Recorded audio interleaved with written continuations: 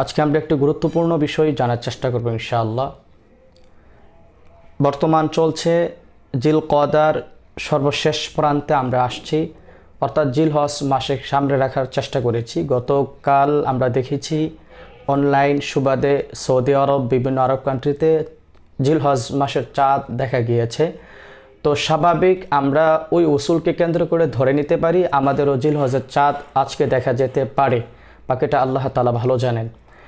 তো জিলহজ মাসকে নিয়ে আমাদের কিছু জরুরি দিক নির্দেশনা জানার দরকার, এ বিষয়ে আজকে আমরা জানার চেষ্টা করব ইনশাআল্লাহ। জিলহজ মাসের পহলা পুরোটা মাসই বরকতপূর্ণ মাস, এটা হজের মাস এবং এটা হচ্ছে তালবিয়ার পাঠের মাস এবং কুরবানির মাস, গুরুত্বপূর্ণ ইবাদতের মাস, দরুদ শরীফ বেশি বেশি পাঠ করার মাস। আরও আনুষঙ্গিক কিছু ইবাদত আছে ইনশাআল্লাহ জানার চেষ্টা করব। আগে আমরা জানার চেষ্টা করি জিলহজ মাসের গুরুত্ব। আল্লাহ রাব্বুল আলামিন সূরাতুল ফজরে বলেন, অল ফজর ওয়া লায়ালিন আশর, ফজরের কসম অর্থাৎ প্রভাতের কসম, অলায়ালিন আশ এবং 10 রাতের কসম। অর্থাৎ এই 10 রাত দ্বারা আব্দুল্লাহ ইবনে আব্বাস, আব্দুল্লাহ ইবনে উমর আরও জমহুর সাহাবায়ে কেরাম বলেন এই 10 রাত হলো অর্থাৎ জিলহজ মাসের 10 তারিখ, 10 দিন। বিশেষ করে জিলহজ মাস হচ্ছে আমাদের প্রত্যেকের জন্য একটি বসন্তকাল।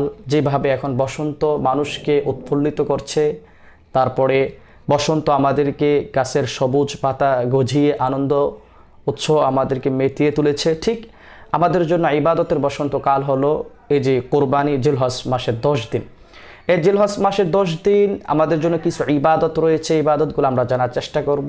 যেমন 1 নাম্বার 10 দিন রোজা রাখা নফল এবং বেশি বেশি তালবিয়া পাঠ করা, দরুদ শরীফ তেলাওয়াত করা, বিশেষত কোরআন তেলাওয়াত করা। কেননা কোরআন তেলাওয়াত হচ্ছে সমস্ত নফল ইবাদতের চেয়ে শ্রেষ্ঠ। আফদালুজ যিকরি তিলাওয়াতুল কোরআন, হাদিসে এসেছে সমস্ত নফল ইবাদতের চেয়ে সবচেয়ে বেশি ফজিলতপূর্ণ হলো কোরআন তেলাওয়াত। এই জন্য আমরা বেশি বেশি এই 10 দিন কোরআন তেলাওয়াত করার চেষ্টা করব ইনশাআল্লাহ।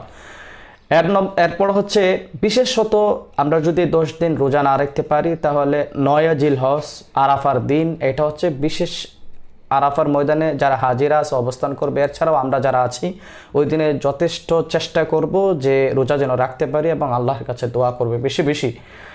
তারপর হচ্ছে আরেকটি আমল হচ্ছে আমাদের জন্য, আজকে থেকে যদি আজকে আমাদের সন্ধ্যায় চাঁদ উঠে যায় তাহলে চাঁদ ওঠার পূর্বেই একটি আমল আছে, যারা কুরবানি দিবেন আর যারা না দিবেন উভয়ের জন্যই আমলটা সুন্নত।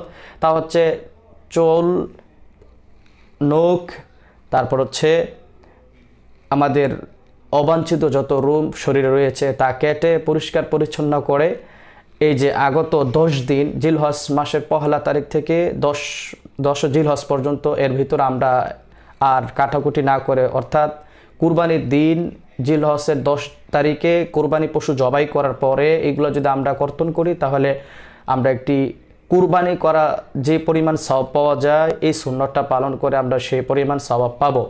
এজন্য আমি প্রত্যেককে আবেদন করব, অনুরোধ করব আমরা যেন এই আমলটি করতে পারি এবং এই বসন্তকে যেন আমরা আগলে রাখতে পারি। আল্লাহ আমাদেরকে তৌফিক দান